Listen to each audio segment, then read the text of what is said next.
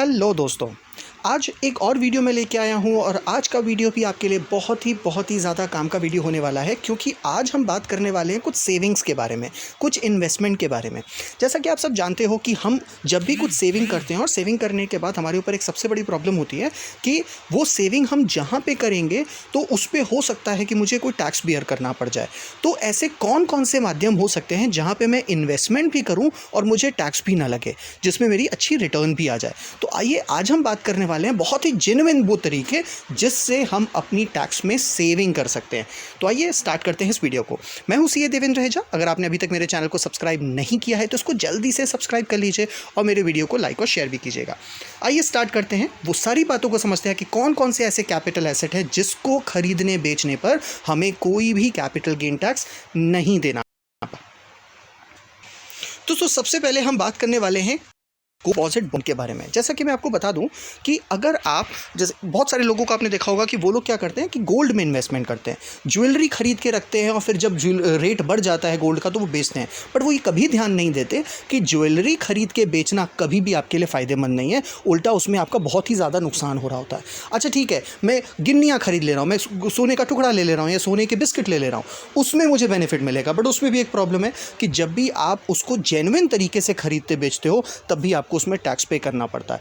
तो आखिर ऐसा कौन सा माध्यम है जिससे हम गोल्ड के ऊपर जो इन्वेस्टमेंट करके हम पैसा कमा सकते हैं और मुझे टैक्स भी ना देना पड़े? तो वो माध्यम है गोल्ड डिपॉजिट बॉन्ड।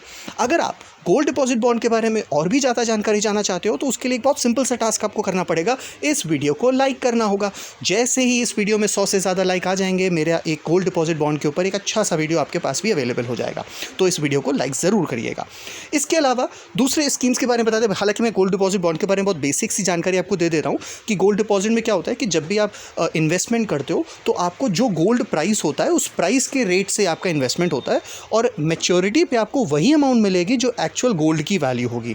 इतना ही नहीं, इस पूरे ड्यूरेशन में आपको कुछ ना कुछ इंटरेस्ट भी मिलेगा। वो सारी बातें हम लोग एक सेपरेट वीडियो में डिस्कस कर लेंगे। इसके अलावा अगर आप और कोई इन्वेस्टमेंट करना चाहते हो तो आपके पास एक और अच्छा ऑप्शन होगा, वो होगा अगर आप किसी गांव में कोई एग्रीकल्चर ज़मीन खरीद लो। अगर आप किसी गांव में कोई ज़मीन खरीद लेते हो जिसमें खेती हो सकती है तो उसके खरीदने बेचने पर भी आपको कोई टैक्स नहीं देना पड़ेगा।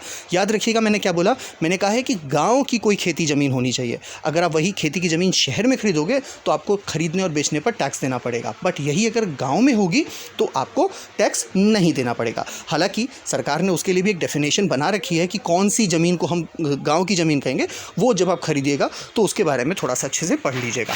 इसके अलावा आपको मैं एक बात और भी बता दूं कि कई बार क्या होता है कि लोग ये सोचते हैं कि अगर मैं ज़मीन के अलावा अगर मैं अपने घर की चीज़ें जैसे कि एसी खरीद लूँ या तो मैं अगर मोटरसाइकिल खरीद लूँ या मैं कोई महंगी कार खरीद लूँ तो इसमें मुझे टैक्स पे करना पड़ेगा। Answer is a big no, ऐसा कुछ भी नहीं है। अगर आप अपने यूज़ करने के लिए कोई चीज़ खरीदते हो तो उसमें आपको कोई टैक्स नहीं देना पड़ेगा, बशर्ते वो मूवेबल नेचर की चीज़ होनी चाहिए। जैसे कि कार मूवेबल नेचर की है, एसी, फ्रिज, ये सारी चीज़ें कि इसको घुमाया जा सकता है, इसको एक जगह से दूसरी जगह शिफ्ट किया जा सकता है।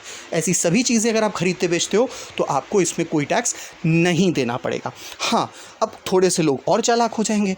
अब वो क्या करेंगे, वो कहेंगे कि आपने देखा होगा कि लोग क्या करते हैं, नल भी गोल्ड का बना लेते हैं या घर की सारी घरेलू चीज़ें भी वो गोल्ड की बना लेते हैं। बट वो ये भूल जाते हैं कि यहाँ पे सरकार ने बिल्कुल क्लियर कट कह रखा है कि अगर आपने कोई ऐसी गोल्ड से रिलेटेड, यानी कि ज्वेलरी से रिलेटेड, गोल्ड से रिलेटेड आपने कोई चीज़ खरीदी या उसको यूज़ करने के इंटेंशन से अगर आपने उसको बनाया है, वेदर वो वेयरिंग हो या ना हो, इससे फ़र्क नहीं पड़ता, तो वो भी एक एसेट माना जाएगा, उस पर टैक्स लगेगा। तो ऐसी चालाकी करने की कोशिश मत करिएगा। तो कोई भी पर्सनल इफेक्ट की चीज़ें जो कि आपके रेगुलर यूज़ में होती हैं और मूवेबल नेचर की हैं, वो भी आपका फ्री रहेगा। आप उसको कितना भी खरीदो और बेचो, उस पर आपको कोई टैक्स नहीं देना पड़ेगा।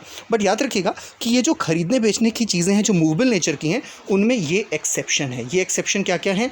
Jewellery, archaeological collection, drawings, painting, sculptures या कोई भी आर्ट का वर्क, कोई भी एंटीक चीज़ अगर आप खरीदते बेचते हो तो उसमें हो सकता है आपको टैक्स लगे अगर आपने कुछ प्रॉफिट अर्न किया है तो, अदरवाइज आपका उसमें कोई टैक्स नहीं लगेगा। होपफुली ये वीडियो आपके लिए बड़ी काम की होगी। Thank you for watching this video. Have a nice day.